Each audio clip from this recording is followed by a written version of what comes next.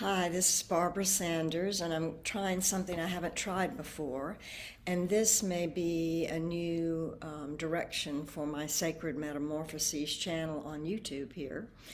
Um, I spent some of last year and this year interviewing people or having conversations with them about all sorts of things from health and well being to artistic work and creative work to psychedelics to healing methods and services and alternative practices and spiritual stuff. and That's been really fun. And I've also interchanged that with some monologues by myself or reading oracle cards or reading poetry I've written. And so all of a sudden, while listening to a David Clements meditation, who I highly recommend, people will get tired of me saying this, but Dr. David Clements with Infinite Source Creations has amazing philosophy, theology, embodiment of his working with his teams of Arcturians and all sorts of teams of inner beings, outer beings, and higher selves. And his meditations with the Patreon group with Infinite Source Creations has been a wonderful, fabulous thing for me in the last 6 to 8 months. And I highly recommend him. Enough about that, though. So what I thought I would do after having done a meditation of his is to just speak a few things. I don't usually do this impromptu and without notes, but I'm going to. And I'm also going to read you two poems, I think, of mine that I've written recently. And if you want to subscribe to my channel at Sacred Metamorphoses, please subscribe. If you'd like to see my website, it's called cosmic-mystic.com. That's cosmic-mystic.com. And feel free to look at that. And also, let's see, there was one more thing. If you want to look at my Substack posts, I am at bsanders, I think at substack.com. I'm not sure how that comes out, but bsanders at substack.com. So those are all the announcements I want to make, and I'd like to start by reading a poem I wrote most recently.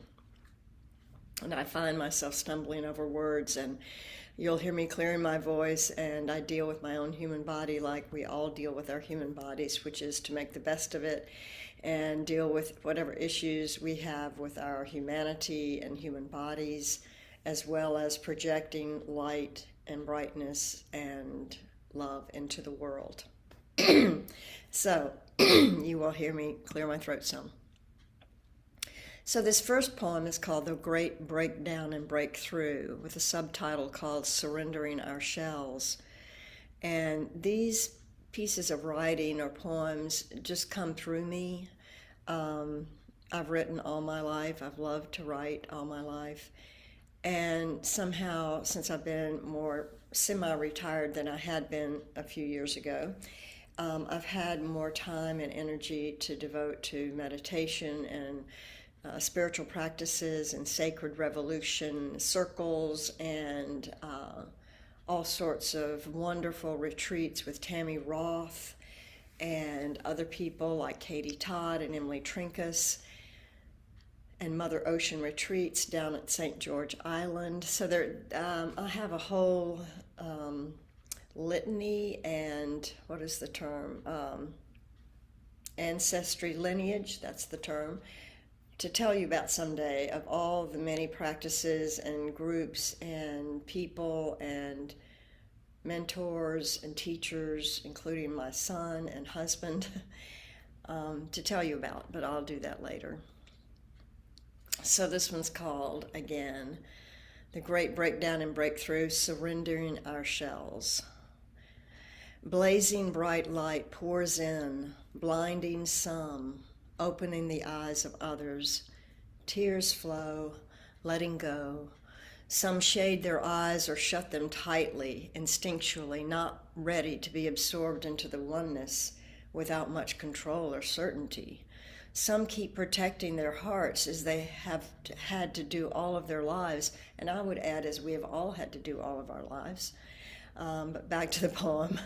Without much control or certainty, some keep protecting their hearts as they have had to do all of their lives, quite so, given horrible human tragedies and sorrows.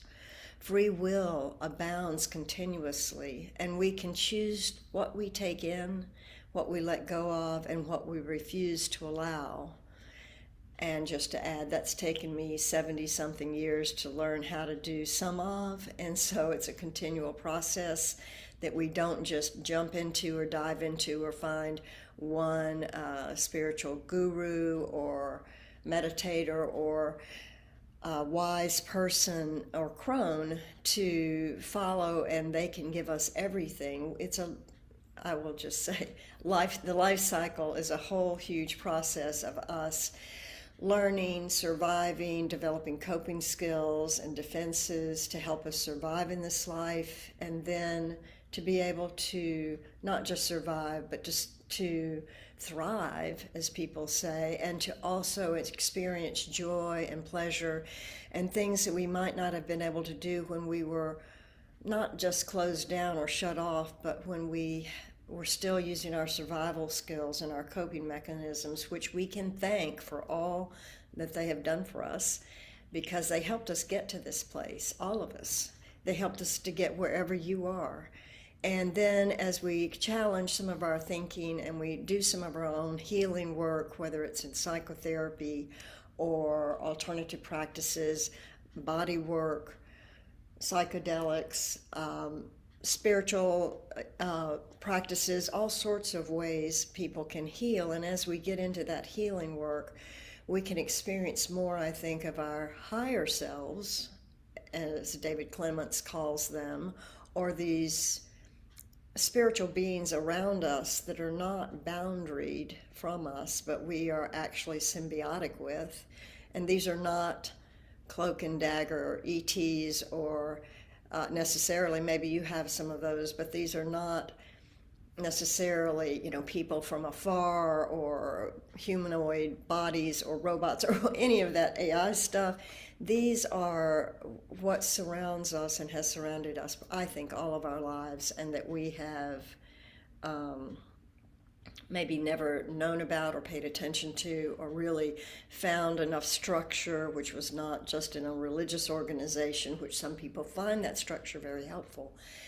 And I grew up in those kind of institutions, and they were very helpful to me, but I did grow through or out of them, partly because, gosh, I'm going on without talking about this poem.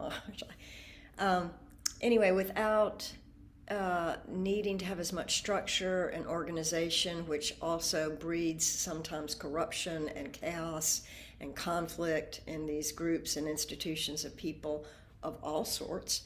So we sometimes have to come back to ourselves, and that's what I've learned to do since, throughout the years. I've learned over time to do this. It's not been one thing or one enlightenment or one piece of epiphany or revelation.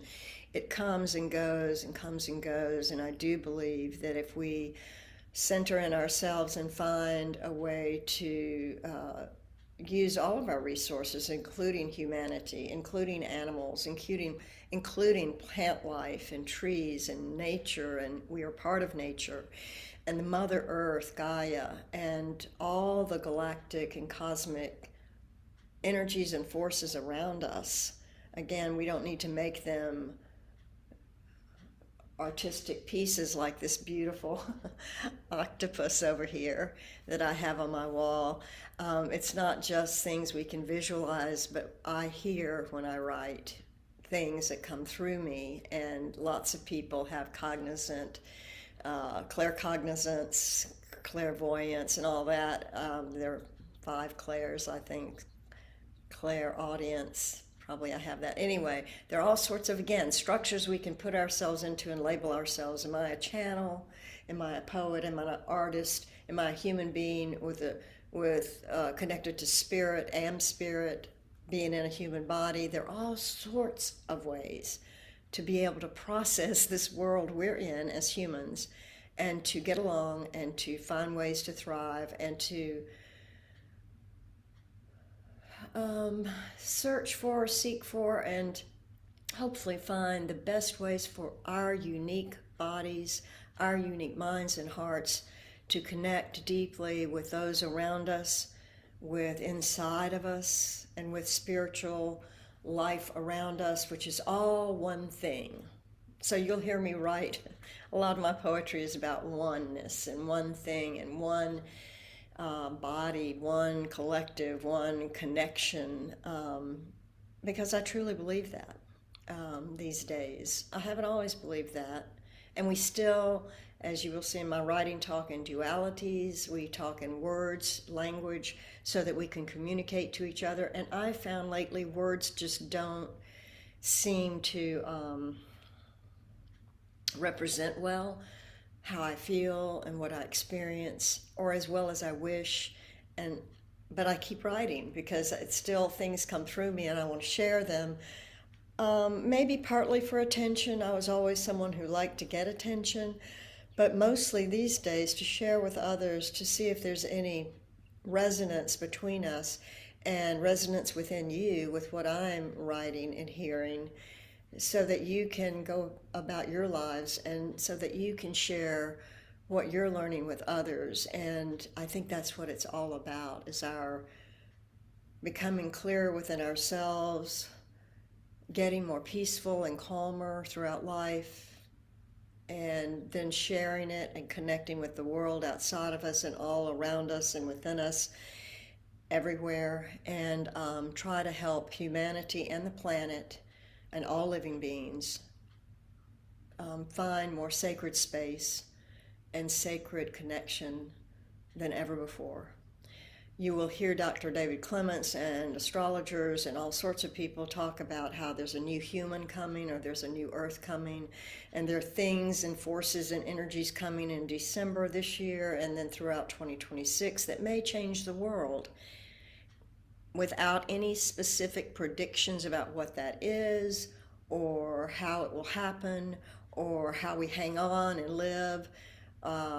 It's not like the world's going to end or humanity's going to end, or I don't think so, not anytime soon. But with the development of AI, there's a lot of fear, even more fear than with just the corruption of our governments and leaders and all the chaos.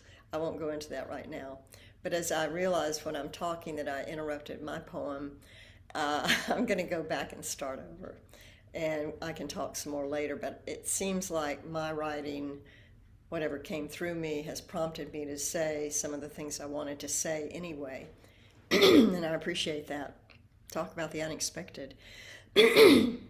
So this one, I'll start back over, is the great breakdown and breakthrough, surrendering our shells. Blazing bright light pours in, blinding some, opening the eyes of others. Tears flow, letting go. Some shade their eyes or shut them tightly instinctually, not ready to be absorbed into the oneness, without much control or certainty. Some keep protecting their hearts, as they and we have had to do all of their lives and our lives, quite so, given human horrible tragedies and sorrows. Free will abounds continuously, and we can choose what we take in, what we let go of, and what we refuse to allow inside us.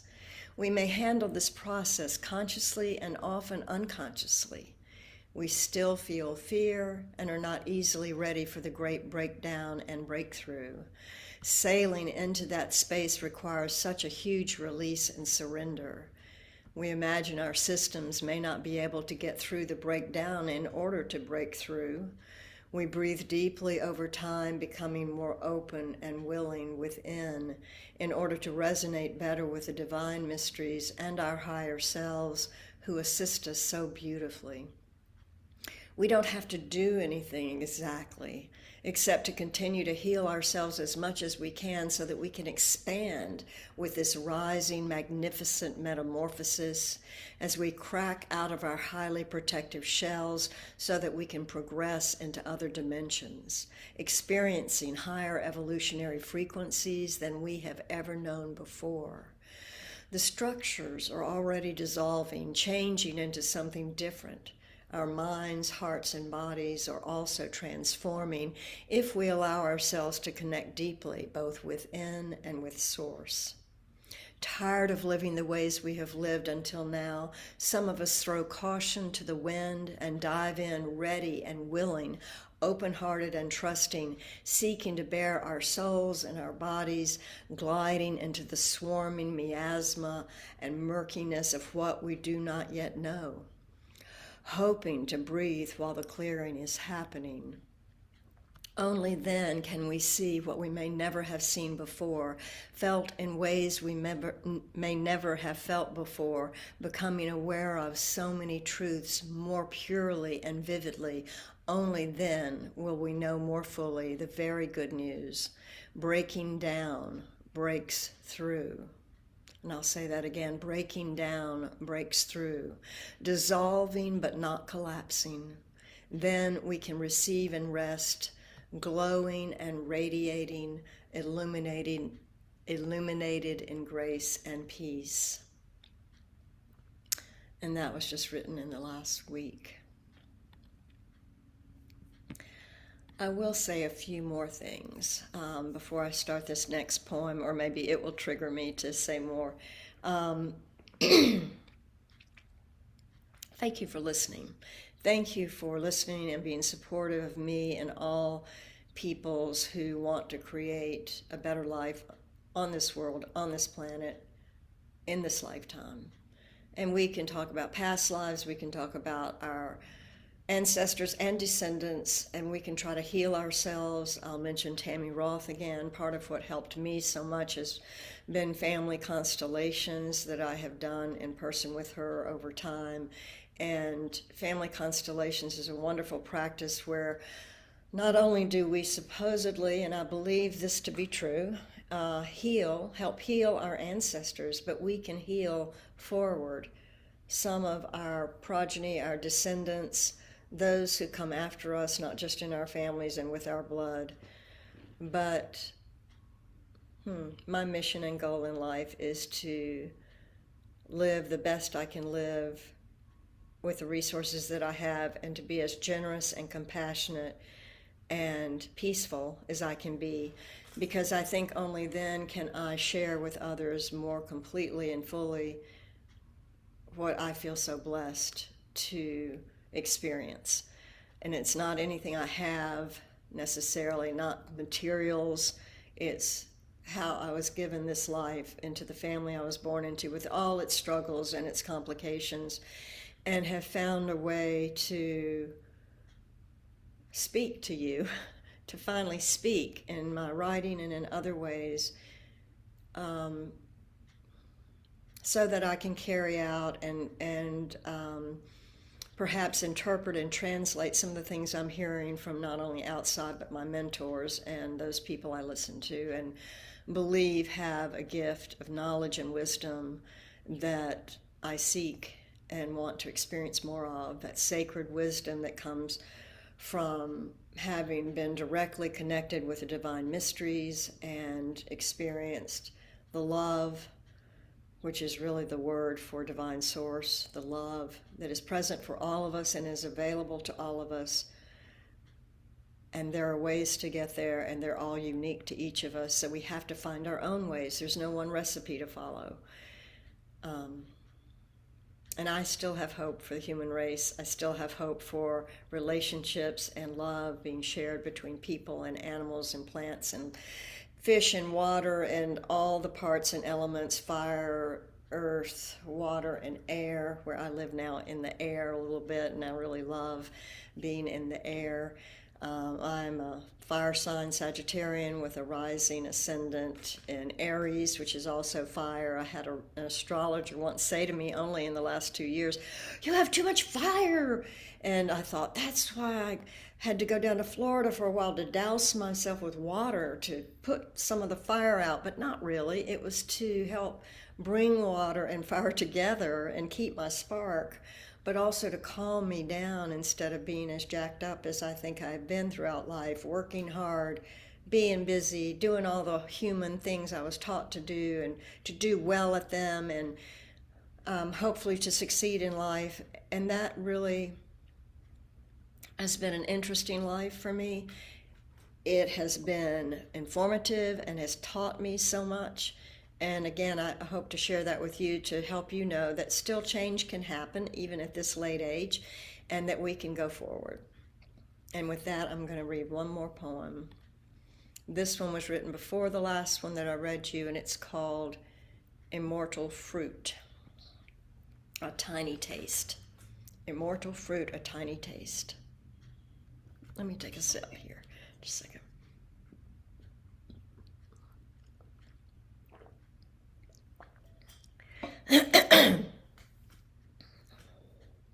Okay. After the hurricane has swept through, the weather clears and chaos is silenced. We enter into a state of simple bliss. When the wildfire has burned itself out, as the ashes cool, we walk more easily into the everlasting field of grace and love. Once finished with battles and waging war, our despair, fear, and greed diminish. Then we notice the sun and the moon once again. After wrangling around and tangling into knots, when we give up the desire to control every part of our life, we experience the deep love that harmonizes us. Once we move past the conflicts and craziness of life, while we breathe more deeply, more often, without barriers, we burst out of our shells and see and feel the delight. That's a capital D, the delight. As the unfolding of evolutionary dynamics becomes apparent, when the dark energies in which we have dwelled are released, a surge of safety and joy emerge spontaneously and peacefully. When we offer to each other the ecstasy that we experience, when we share ourselves with all the energies of living beings, we turn toward the divine presence imbuing us. Once we give up so much attention to the details of physicality, when the material world becomes less and less important, we brighten and glow, releasing all unnecessary stress. When we glide into a dissolving state of surrender, as we let go, we crawl into quantum leaps of faith, tasting the delicious, immortal fruits of pleasure and play, which is all that we have ever really wanted for ourselves and for others throughout the cosmos, manifesting hope and trust while abiding in total bliss, unbounded, liberated, and free from all shackles, altered, changed, transformed into love itself, overflowing with great compassion, eternal joy, always and forever. And so it is. And with that, I will close this time with you. And I have several more things to say and talk about, and I'm feeling a renewed energy to do that. So I'll probably be posting most often on Sacred Metamorphoses and Substack. And I hope you will share with us. If you would like to have a conversation with me online and publish it on YouTube, feel free to let me know. I will be careful. The people I've talked with so far I have known very well, so I will need to get to know you a little bit first if I don't know you, and then we can talk about conversing online. I wish you all the various, that's a nice new word, the veriest, Veryest. I have a friend that loves vocabulary, and I tell her about words I make up. So there's the new one, veriest. I hope you have the veriest, happiest holiday season this year, and breathe deeply and slowly and rhythmically to find your own inner peace and calm during even these stressful times. Thank you for listening. Many blessings to everyone.